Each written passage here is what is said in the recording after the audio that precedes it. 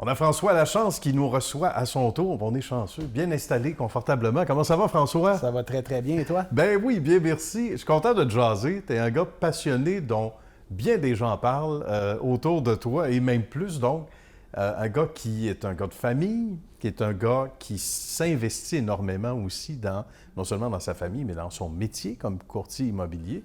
Puis ça, c'est un secteur d'activité que tu chéris depuis quand même longtemps, quoi, 17-18 ans à peu près? En fait, je suis dans ma 13e année. Là. Bien. Ouais. Donc, mais tu avais ça, je pense, 17-18 ans? Non, j'étais un peu plus vieux. En fait, c'est que j'ai découvert l'immobilier plus à l'âge de 17-18 ans. Je commençais déjà à regarder où est-ce que je voudrais aller m'établir. Donc, je commençais déjà à cet âge-là. Non, c'est plus début trentaine là, que je suis devenu courtier immobilier. Et là, c'est devenu plus sérieux. Mais Ouais. c'est quand même étonnant qu'à 17-18 ans, François, on s'intéresse quand même à l'immobilier. Parce que toi, en parallèle, tu étais à l'école, etc. Qu'est-ce qui fait que tu as allumé pour ce secteur-là? Parce qu'à 17-18 ans, généralement, c'est les pages du Journal de Montréal ou les pages de sport? En fait, j'étais étudiant, j'étais en appartement. OK. Je commençais déjà à penser condo, oui, déjà. duplex. Tu sais, il faut se rappeler qu'à l'époque aussi, en termes de prix, c'était plus bas oui, qu'aujourd'hui. Ça a changé un peu. Les circonstances ont fait que j'ai acquis ma première propriété plus vers la fin vingtaine. Bien. Mais je m'intéressais beaucoup déjà à ce moment-là.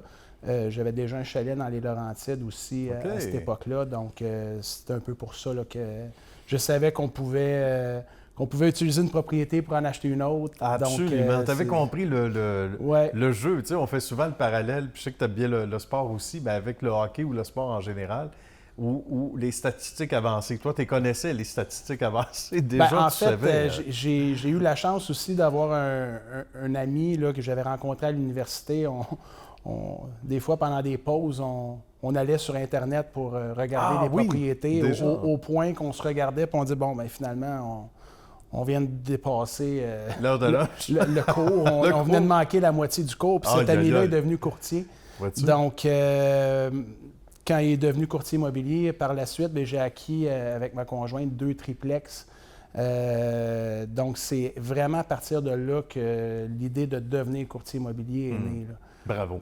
Et ça demande énormément de temps, mais c'est quand même un métier où tu es totalement autonome. Donc, qui dit autonomie, la rançon de la gloire dans ça, c'est de gérer son horaire. Puis c'est en même temps, tu as l'impression que tu n'as pas assez d'heures dans une journée ou dans une semaine, mais tu t'impliques beaucoup avec ta famille. D'abord, tu diriges ton garçon au hockey, qui a quoi, une dizaine d'années? Oui. Ben mon fils Philippe a 10 ans. Il joue au hockey depuis le tout début, le berceau, novice, là, en fait. Donc, je le suis. Ça me permet d'avoir des moments père-fils avec lui. Je préfère être en arrière du banc que dans les estrades. Oui, OK. On comprend. Et je suis heureux de faire ce que je fais parce que je suis en mesure d'être là matin et soir pour mes enfants au départ, au retour de l'école. Probablement que ma conjointe vous dirait que oui, je suis souvent présent, mais mentalement absent. OK. Aussi. Mais ce sera dans un autre épisode. C'est ça. Ça, c'est un autre... Il faut s'améliorer à chaque jour. Hein? Donc, voilà. Mais déjà, ça demande un temps fou d'être simplement courtier immobilier. Ça demande énormément de... Hein? C'est un horaire chargé. En fait, chaque courtier a sa façon de travailler. Ouais. Moi, ce que je veux pour mes clients, c'est d'être présent.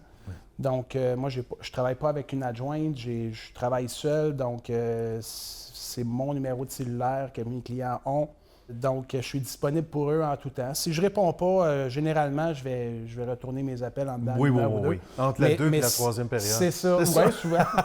Ils peuvent m'appeler puis je suis en train de mettre mes patins pour aller coacher un match de hockey. Mais, tout à fait. Bref, c'est mon offre de service, c'est d'être là, présent pour eux.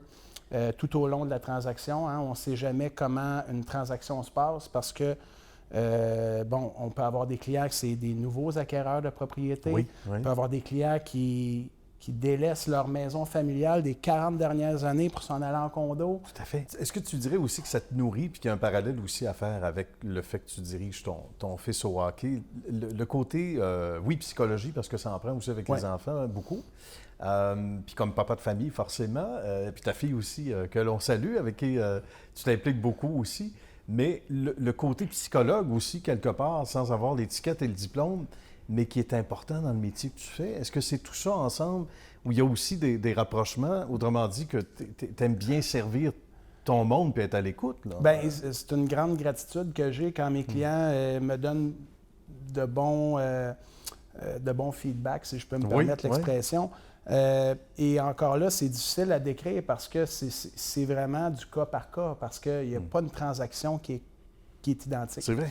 Donc, un peu comme dans une chambre de hockey, il y a pas je peux avoir 14 jeunes, il n'y en a pas un qui est pareil. Hein? C'est vrai. Il y en a qui sont plus faciles à coacher que d'autres. Tout à fait. Mais ça ne veut pas dire que le résultat sera moins bon d'un côté ou de l'autre. Justement. Donc, de là, beaucoup de psychologie, beaucoup de... J'ai la chance d'avoir une conjointe qui est très bonne dans ce domaine-là. Donc, ça arrive souvent que je vais la consulter pour différentes circonstances qui peuvent arriver avec des situations. Là. Donc, comme la coach adjoint. Oui, c'est ça, c'est ça. C'est bien, on la salue également. Bien, François, ça a été un bonheur. Merci d'avoir pris quelques minutes pour nous, de ton temps si précieux, de nous avoir accueillis dans ton deuxième chez vous, on va le dire. Ça m'a fait plaisir. Salutations à ton équipe et surtout à ton beau travail depuis toutes ces années. Merci beaucoup. À bientôt. Salut. Merci, François.